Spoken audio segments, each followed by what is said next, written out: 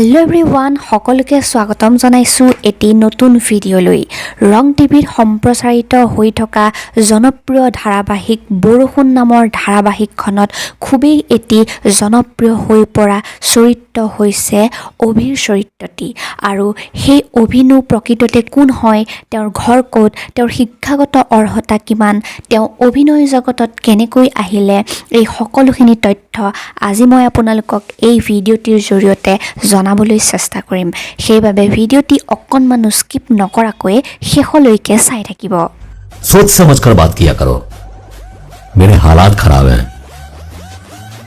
दिमाग नहीं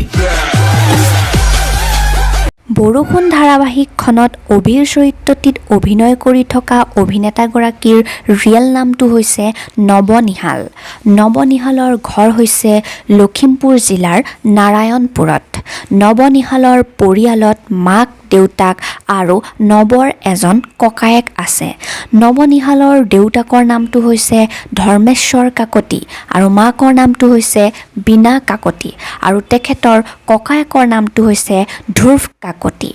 নৱনিহালৰ বাৰ্থডে হৈছে 23 নৱেম্বৰত এতিয়া যদি নৱনিহাল অৰ্থাৎ অভিৰ শিক্ষাগত অৰ্হতাৰ বিষয়ে ক'বলৈ যাওঁ তেনেহ'লে নৱনিহালে প্ৰাথমিক শিক্ষা নাৰায়ণপুৰৰ পৰাই আৰম্ভ কৰিছিল তাৰ পাছত নৱনিহালে হায়াৰ ছেকেণ্ডেৰী কমপ্লিট কৰিছে নাৰায়ণপুৰ হায়াৰ ছেকেণ্ডেৰী কলেজৰ পৰা তাৰ পাছত তেওঁ গ্ৰেজুৱেশ্যন কমপ্লিট কৰিছে লখিমপুৰৰ কমাৰ্চ কলেজৰ পৰা আৰু অৱশেষত নৱনিহালে মাষ্টাৰ্ছ ডিগ্ৰী কমপ্লিট কৰিছে ডিব্ৰুগড় ইউনিভাৰ্চিটিৰ পৰা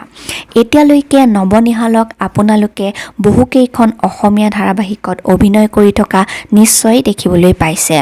তেওঁ অভিনয় কৰা ধাৰাবাহিকসমূহ আছিলে দহন নেদেখা ফাগুন আৰু বৰ্তমান বৰষুণ ধাৰাবাহিকখনত আপোনালোকে নৱনিহালক অভিৰ চৰিত্ৰটিত অভিনয় কৰি থকা দেখিবলৈ পাইছে আপোনালোকৰ কোনে কোনে বাৰু দহন নেদেখা ফাগুন এই ধাৰাবাহিক কেইখনত নৱনিহালক চাইছিলে আৰু কোন কেইখন ধাৰাবাহিকখনত বাৰু আটাইতকৈ তেওঁৰ অভিনয় চাই আটাইতকৈ বেছি ভাল পাইছিলে সেয়া আপোনালোকে মোক তলত কমেণ্ট কৰি জনাবচোন